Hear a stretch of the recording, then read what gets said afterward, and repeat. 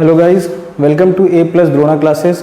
I am Parvez Khan, your chemistry teacher, and I am going to discuss a very important, one of the most important topic of organic chemistry, that is nucleophilic substitution reaction.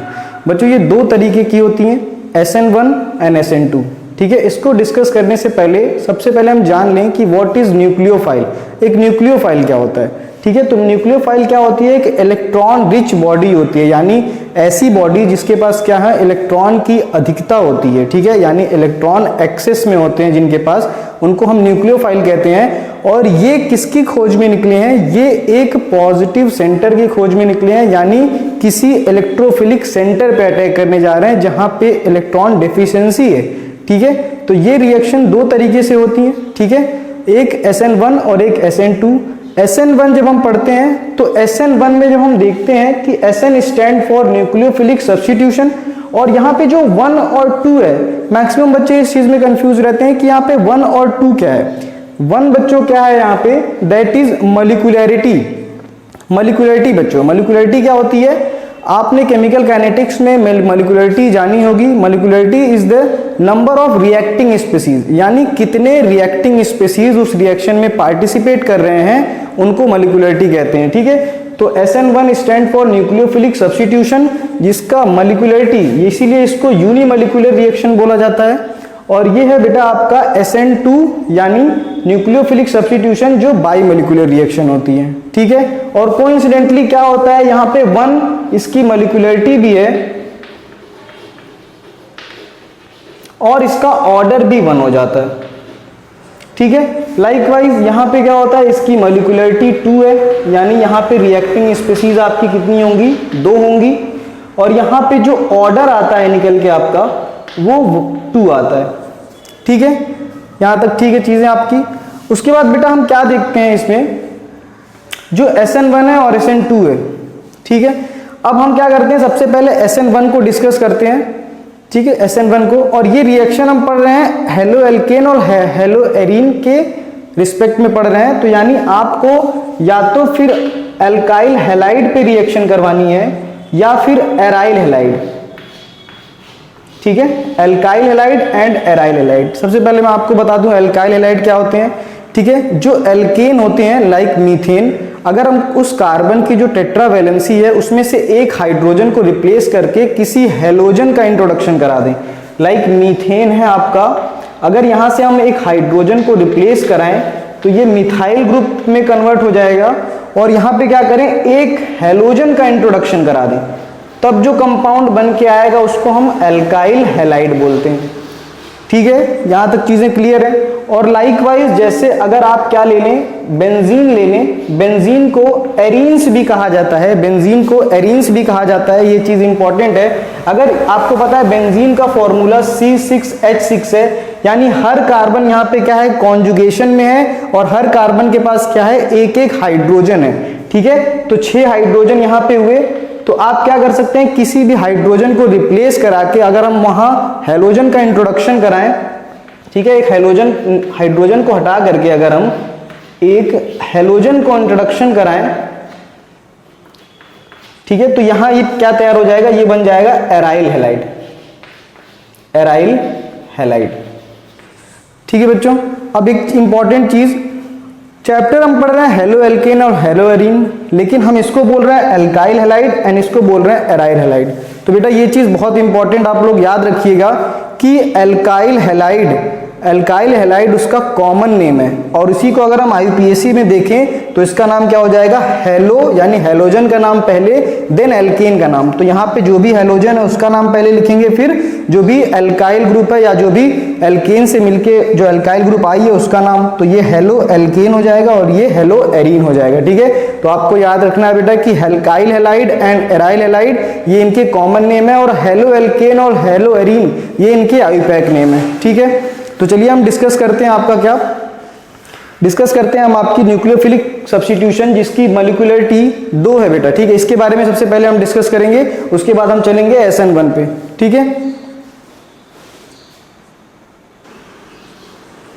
हाँ बच्चों, तो हम आपका SN2 देखने जा रहे हैं, आपकी रिएक्शन SN2 को. देखिए SN2 को देखने से पहले हम क्या करेंगे, हम कोई अल्काइल हैलाइड लेंगे, अल्काइल हैलाइड कोई लेंगे, ठीक है। लेकिन बेटा एक चीज आप लोग जान लो कि SN1 और SN2 पढ़ने के लिए जो अल्काइल हैलाइड हम ले रहे हैं ना, हम जो अल्काइल हैलाइड ले रहे हैं वो ऑप्टिकली एक्टिव होना चाहिए, ऑप्टिकली एक्टिव होना चाहिए, ठीक है। अब कई बच्चों को ऑप्टिकली एक्टिव कंपाउंड ही नहीं पता होते हैं, ठीक है। तो मैं आपको बता दूं कि वो कंपाउंड आपके ऑप्टिकली एक्टिव होते हैं जिन कंपाउंड में मिनिमम अगर एक कार्बन क्या हो, उनका एक कार्बन उनका कायरल हो, जिसको कई बच्चे चिराल नाम से भी जानते हैं, यानी कायरल कार्बन हो, ठीक है।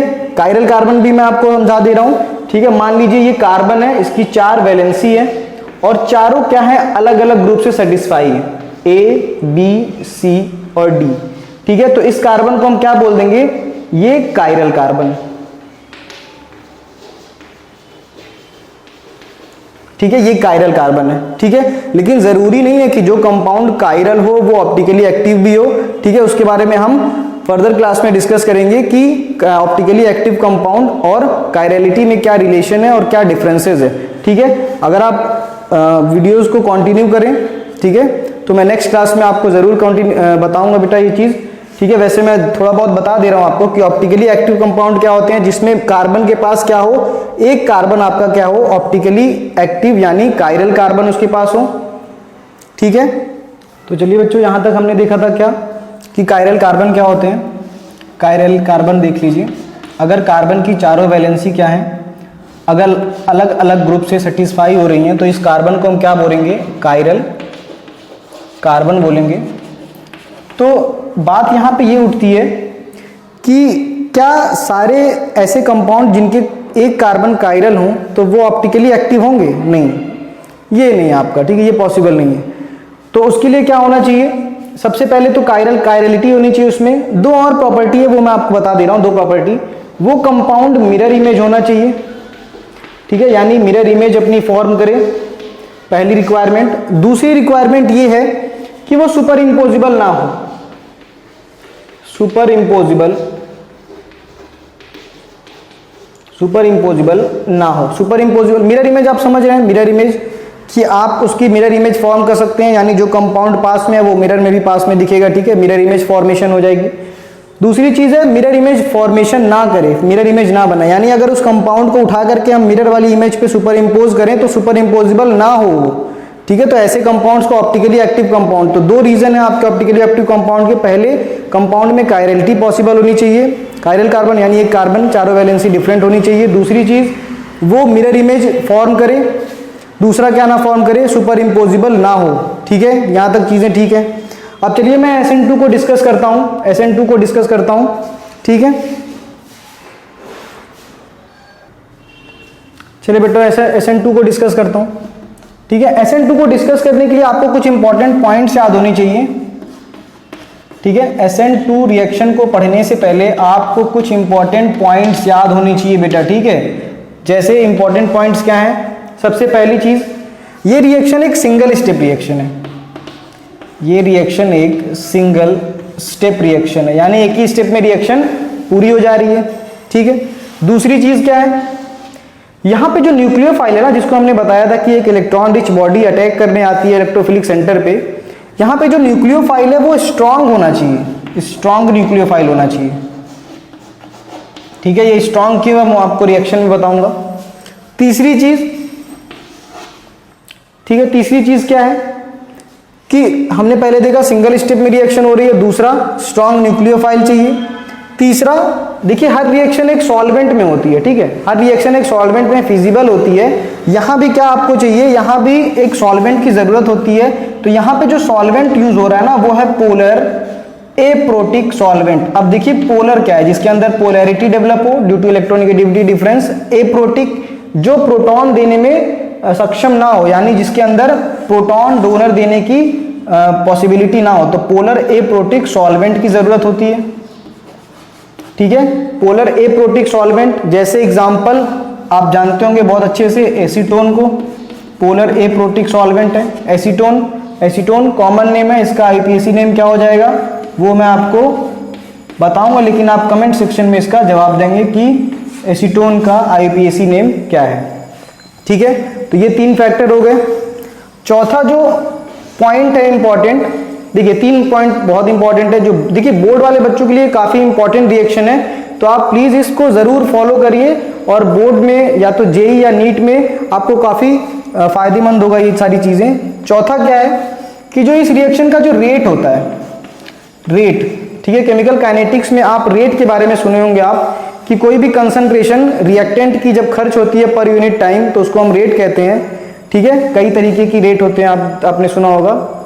ठीक है, इंस्टेंटेनियस रेट, एवरेज रेट। ठीक है, तो यहाँ पे जो रिएक्शन का जो रेट है वो किस पे डिपेंड कर रहा है, तो बेटा यहाँ पे डिपेंड करेगा सबस्ट्रेट पे। ठीक है, यानी जो आपने अल्काइल हैलाइड लिया है उसी को सबस्ट्रेट माना जा रहा है, जो ऑप्टिकली एक्टिव कंपाउंड हमने लिया था ना बेटा, उसी को सबस्ट्रेट माना जा रहा है, उस पर डिपेंड करेगा।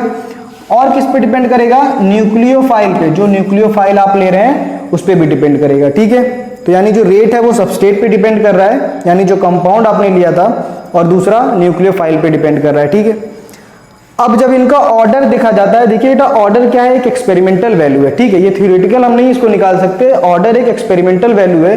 तो जब ऑर्डर देखा गया तो इसका ऑर्डर 1 और इसका भी 1 आया, तभी मैंने आपको कहा था ना ये रिएक्शन बाईमोलिकुलर है। बाईमोलिकुलर यानी बाईमोलिकुलर मैंने आपको क्या बताया था, जिसमें 2 रिएक्टिंग स्पीसीज हों। तो ये सिंगल स्टेप रिएक्शन है, इसमें रिएक्टिंग स्पीसीज कौन कौन सी हैं, सबस्ट्रेट यानी ऑप्टिकली एक्टिव कंपाउंड और एक न्यूक्लियोफाइल।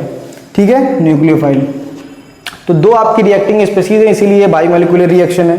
ठीक है, और इनके ऑर्डर भी कितने हैं बेटा, 2 है। ठीक है, ऑर्डर एक्सपेरिमेंटल वैल्यू है बेटा। ठीक, 5वां पॉइंट जो सबसे लास्ट है वो है आपका रेट। ठीक है, रेट एक और फैक्टर पे डिपेंड कर रहा है। ठीक है, देखिए रेट काफी इंपॉर्टेंट चीज है, मैं आपको केमिकल काइनेटिक्स में बताऊंगा। चलिए सॉरी बच्चों, थोड़ी सी लाइट की प्रॉब्लम थी। ठीक है, तो 5वां पॉइंट हम क्या बता रहे थे कि रेट एक और फैक्टर पे डिपेंड कर रहा है SN2 में, वो है आपका स्टेरिक हिंड्रेंस। स्टेरिक हिंड्रेंस, ठीक है, ये सारी चीज़ें मैं आपको डिस्कस करूंगा, ठीक है, फर्दर क्लासेस में, लेकिन आज थोड़ा सी चीज़ें बता दे रहे हैं। स्टेरिक हिंड्रेंस क्या होता है, स्टेरिक हिंड्रेंस को आप समझ सकते हैं भीड़ भाड़। ठीक है, यानी क्राउडनेस, क्राउडनेस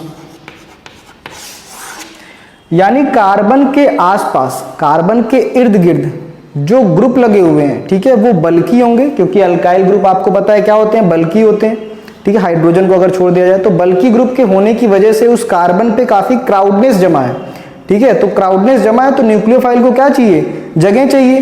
तो जो मोस्ट क्राउडेड कार्बन होगा उस पे अल्काइल हैलाइड SN2 में क्या होगी, जो मोस्ट क्राउडेड कार्बन होगा उस पे न्यूक्लियोफाइल आसानी से रिएक्शन नहीं कर पाएगी, यानी जो लीस्ट आपके क्राउडेड होंगे उन पे क्या होगा, न्यूक्लियोफाइल आसानी से अटैक कर जाएगा। तो ये 5 पॉइंट है बेटा, आप इसको स्क्रीनशॉट ले लीजिए। ठीक है, क्योंकि ये बोर्ड ऑफ पर्पस से भी इंपॉर्टेंट है और जेई और नीट से भी काफी इंपॉर्टेंट है। ठीक है, स्क्रीनशॉट ले लीजिए, मैं हट रहा हूँ।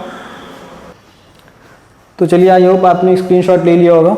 चलिए SN2 हम लेते हैं, तो उसके लिए हम एक ऑप्टिकली एक्टिव कंपाउंड कहते हैं। अच्छा बेटा, ऑप्टिकली एक्टिव कंपाउंड को पहचानने का एक और तरीका है बाई एक्सपेरिमेंटली, कि अगर आप क्या करें, ऑप्टिकली एक्टिव कंपाउंड को पोलराइजर में डालें, ठीक है, और उससे क्या पास करें, PPL, जिसको प्लेन पोलराइज लाइट कहते हैं। बहुत ध्यान से देखिएगा, मान लीजिए ये आपका पोलराइजर है, ठीक है, ये आपका पोलराइजर है, और हमने क्या किया है इसमें ऑप्टिकली, हमें नहीं पता है, ठीक है, हमें नहीं पता है कि ये ऑप्टिकली एक्टिव कंपाउंड है कि नहीं है, तो हमने बस इसमें क्या किया, डाल दिया उस कंपाउंड को। अब यहां से क्या पास की हमने, प्लेन पोलराइज लाइट, PPL यानी प्लेन पोलराइज लाइट को पास किया। ठीक है, अब पास को करने से अगर ये लाइट डिफ्लेक्ट हो जा रही है, ठीक है, या देखो ये डिफ्लेक्ट होने में या तो ये क्या करेगी, लेफ्ट हैंड साइड डिफ्लेक्ट होगी, या तो ये क्या करेगी, राइट हैंड साइड डिफ्लेक्ट होगी। ठीक है, तो ये भी अगर वो डिफ्लेक्शन शो हो रहा है तो भी वो ऑप्टिकली एक्टिव कंपाउंड है। एक्सपेरिमेंटल चीजें हैं जो आपको क्या है, थ्योरेटिकल तो आप नहीं बता सकते, लेकिन एक्सपेरिमेंट से बता सकते हैं। अगर पोलराइजर में हम क्या करें, उस ऑप्टिकली एक्टिव, उस ऑप्टिकली कंपाउंड को अगर हम इस पोलराइजर से पास कराएं, किसके थ्रू, PPL यानी प्लेन पोलराइज लाइट के थ्रू, तो यहाँ पे क्या होगा, उसके अंदर डिफ्लेक्शन होगा PPL के अंदर। अगर वो लेफ्ट हैंड साइड, ठीक है, ये मेरा लेफ्ट है, तो अगर लेफ्ट हैंड साइड आपका क्या कर रहा है, डिफ्लेक्ट हो रही है, तो हम उसको क्या बोलते हैं, लीवो रोटेटरी।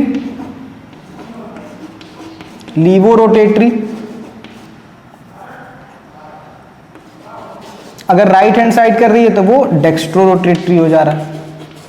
देखो लीवो को हम माइनस से शो करते हैं, डेक्स्ट्रो को हम प्लस से शो करते हैं, ठीक है, तो डेक्स्ट्रो रोटेटरी हो जाएगा। ठीक है बच्चों, तो ये भी एक इंपॉर्टेंट पॉइंट है ऑप्टिकली एक्टिव को समझने के लिए। चलिए, तो अब SN2 को, और हाँ एक चीज़ और बेटा, जो पिछले जो मैंने बोर्ड पे लिखा था, जो पिछली चीज़ें, यानी डी और एल फॉर्म। तो अगर किसी कंपाउंड में जरूरी नहीं कि दोनों फॉर्म देखने को मिले, अगर एक फॉर्म भी देखने को मिल रहा है तब भी वो ऑप्टिकली एक्टिव कंपाउंड है। लेकिन कुछ कुछ कंपाउंड्स में क्या होते हैं, दोनों फॉर्म देखने को मिलते हैं, यानी डी फॉर्म भी और एल फॉर्म भी। तो ऐसे कंपाउंड्स को हम रेसिमिक मिक्सचर, यानी जो प्रोडक्ट ऑब्टेन होता है उसको हम रेसिमिक मिक्सचर कहते हैं। ठीक है, रेसिमिक मिक्सचर SN1 में हम आप देखेंगे, लेकिन SN2 रेसिमिक मिक्सचर नहीं दिखाता, यानी वो रोटेशन सिर्फ एक ही बार करेगा। तो SN2 के लिए हम क्या करते हैं, कोई कायरल कंपाउंड लेते हैं, तो कार्बन है जिसके बगल में हैलोजन लगा हुआ है। ठीक है, अब एक चीज़ है जो कई बच्चे नहीं जानते हैं, वो मैं आपको बता दूं। ठीक है, जैसे ऑप्टिकली एक्टिव कंपाउंड लिया गया है, तो NCERT में क्या किया गया है, जो ऑप्टिकली एक्टिव कंपाउंड उन्होंने लिया है वहाँ पे कुछ लाइंस हैं, कुछ लाइंस ड्रॉ की गई हैं, उसको आप जानिए। जैसे जो लाइन आपकी सीधे प्लेन में, आप जो लाइन आपकी क्या है, ऐसे आप ऐसे ड्रॉ कर रखी होगी, तो वो यानी वो प्लेन में है वो लाइन, यानी वो जो कंपाउंड है, वो जो ग्रुप है वो प्लेन में, यानी विद इन कार्बन के साथ लगा हुआ है, एक ही प्लेन में, एक ही पेपर पे। और कहीं कहीं आपको क्या होगा, डैश वाली लाइन दिखेगी। डैश वाली लाइन हम कार्बन पे कैसे दिखाते हैं, यानी कार्बन जो हमारा टेट्रावैलेंट है ना, डैश वाली पोजीशन यानी पीछे वाली, कार्बन के पीछे वाली पोजीशन। ठीक है, तो यानी ये बैक पोजीशन है।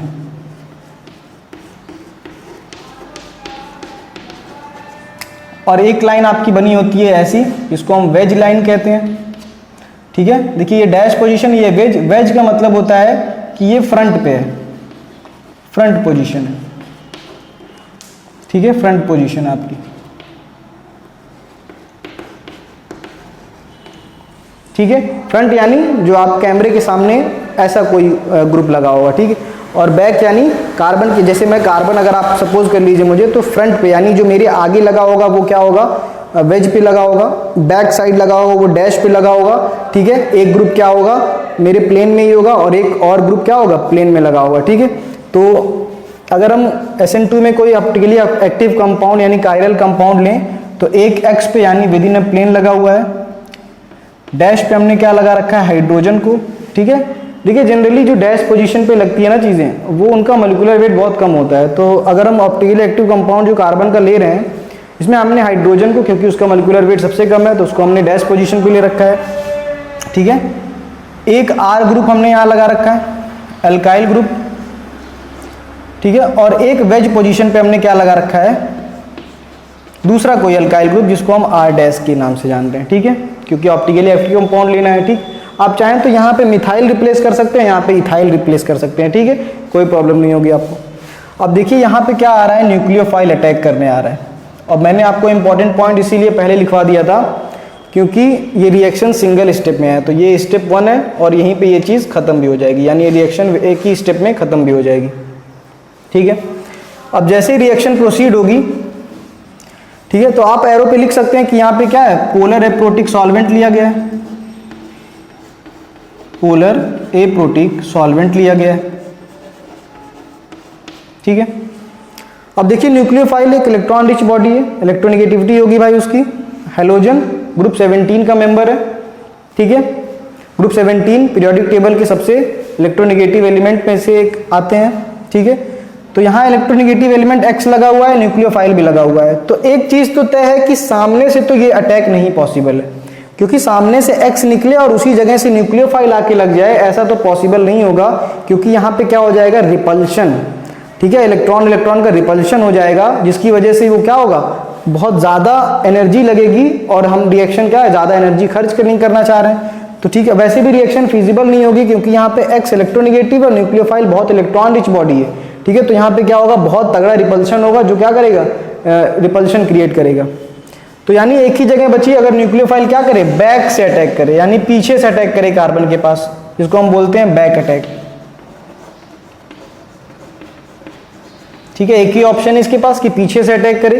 तो अगर न्यूक्लियोफाइल पीछे से अटैक कर रहा है इस कार्बन पे तो क्या होगा, हैलोजन यहाँ धीरे धीरे से अपना बॉन्ड ब्रेक करेगा। ठीक है, आपको पता है हैलोजन ज़्यादा इलेक्ट्रोनिगेटिव एलिमेंट है कार्बन से, बहुत ज़्यादा, तो वो क्या करेगा, इलेक्ट्रोनिगेटिविटी डिफरेंस इन दोनों में क्रिएट होगा, हैलोजन अपने बॉन्ड को खींचेगा, यानी दोनों जो इलेक्ट्रॉन बाई कोवेलेंट बॉन्ड से बना हुआ है तो हैलोजन क्या करेगा, उसके भी एक इलेक्ट्रॉन को लेकर के बाहर निकल जाएगा X- के फॉर्म में।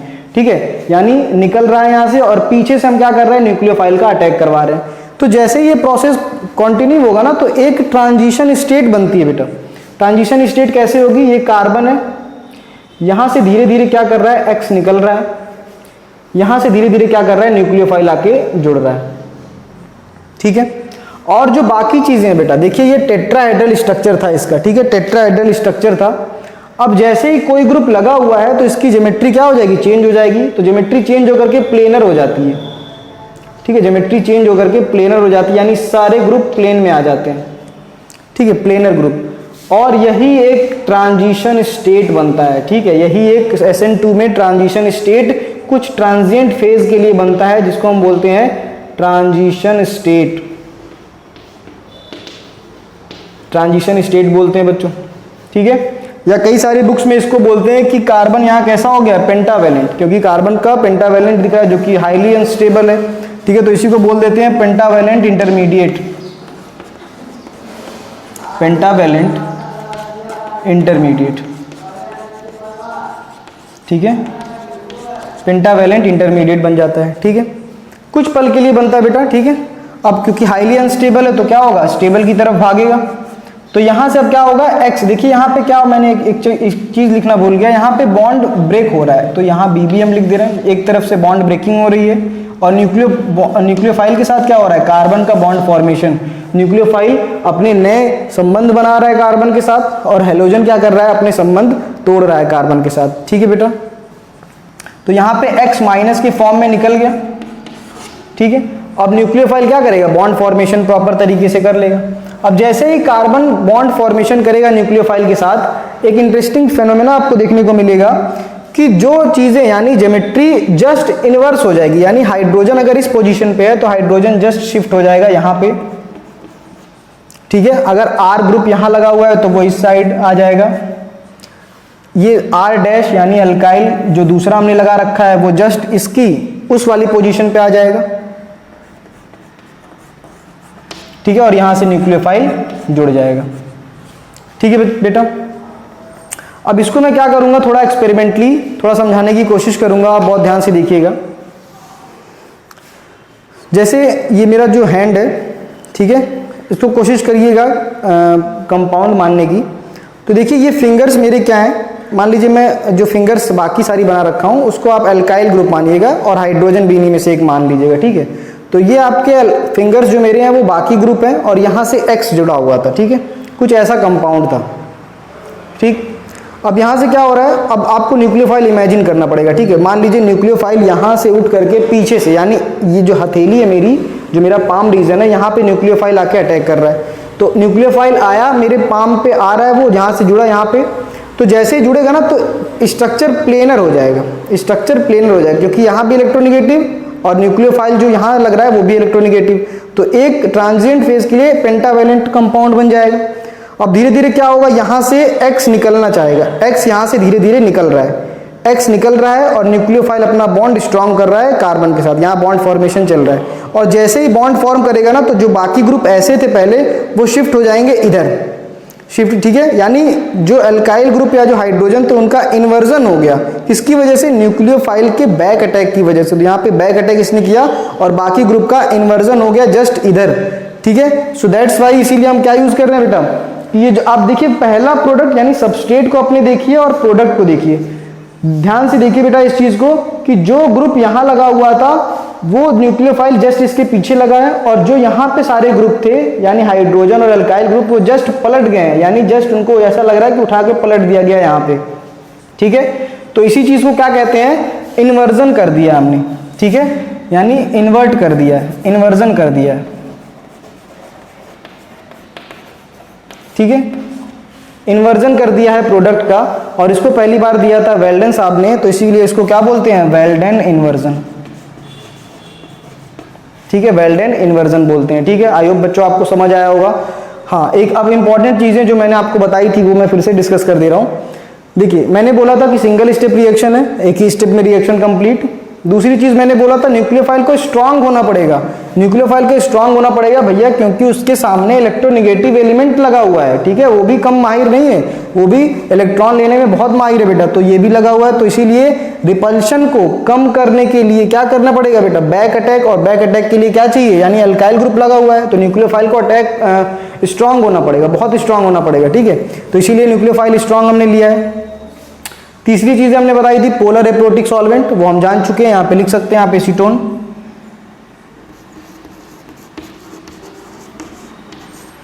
ठीक है, पोलर एप्रोटिक का मतलब होता है बेटा जो हाइड्रोजन ना दे लेकिन पोलैरिटी डेवलप करे। ठीक है, और चौथा पॉइंट हमने बोला था कि बेटा जो रेट होगा, रेट ऑफ रिएक्शन होगा, वो दो चीजों पे डिपेंड करेगा। अब देखिए इस फ्रेम में सिंगल स्टेप रिएक्शन है, तो यानी कितने रिएक्टिंग स्पीसीज एक साथ आ रहे हैं रिएक्शन में, तो एक अल्काइल हैलाइड आ रहा है और एक क्या आ रहा है, न्यूक्लियोफाइल आ रहा है। ठीक है, यानी एक हमारा सबस्ट्रेट आ रहा है और एक क्या आ रहा है बेटा, न्यूक्लियोफाइल आ रहा है, इसीलिए इसकी मॉलिक्यूलरिटी 2 होती है। ठीक है, आप समझ आई चीज़ें, और यहाँ तक आपको आई थिंक समझ आ गई होगी वेल्डेन इन्वर्जन है ये है। ठीक है, अब आप स्क्रीनशॉट ले सकते हैं इस चीज़ का। चलिए बेटा, आई थिंक आप लोग ने स्क्रीनशॉट ले लिया होगा। एक दो और चीज़ें हैं बेटा, आप लोग जान लीजिए SN2 में, एक दो और इम्पॉर्टेंट चीज़ें हैं SN2 रिएक्शन में। वो क्या है कि अगर हमने ऑप्टिकली एक्टिव कंपाउंड नहीं लिया, मान लीजिए, ठीक है, ऑप्टिकली एक्टिव कंपाउंड नहीं लिया है, ठीक, क्योंकि मैं बता चुका हूँ कि नॉर्मल अल्काइल हैलाइड भी क्या कर सकती है बेटा, SN1 SN2 रिएक्शन दिखा सकती है। ठीक है, वो तो हम प्रोडक्ट देखने के लिए या उसकी मैकेनिज्म देखने के लिए हम ऑप्टिकली एक्टिव कंपाउंड लेते हैं। अब देखिए SN2 इंपॉर्टेंट पॉइंट समझने के लिए है कि अगर हम अल्काइल हैलाइड, ठीक है, SN2 के लिए अल्काइल हैलाइड चाहिए, यानी R और X, ठीक है, R और X लेंगे बेटा। ठीक है, सॉरी बेटा थोड़ा लाइट की प्रॉब्लम, हाँ बेटा कुछ टेक्निकल प्रॉब्लम की वजह से लाइट बार बार दिक्कत कर रही है। तो हम क्या करते हैं, आप आज जाके SN2 पूरा रिवाइज करिए और जो मैंने पढ़ाया है उसको फिर से चीज़ों को देखिए अच्छे से, बार बार उसको रिवाइज करिए। ठीक है, SN1 मैं आपको नेक्स्ट वीडियो में करूँगा। ठीक है, आप इस वीडियो को अपने दोस्तों, अपने जितने भी बैचमेट्स हैं उन सबसे शेयर करिए। इस चैनल को आप क्या करिए, जो रजत श्रीनेत्र हमारा चैनल है A+ द्रोणा इंस्टीट्यूट, उसको लाइक करिए, सब्सक्राइब करिए। ठीक है, ओके बेटा, बाय।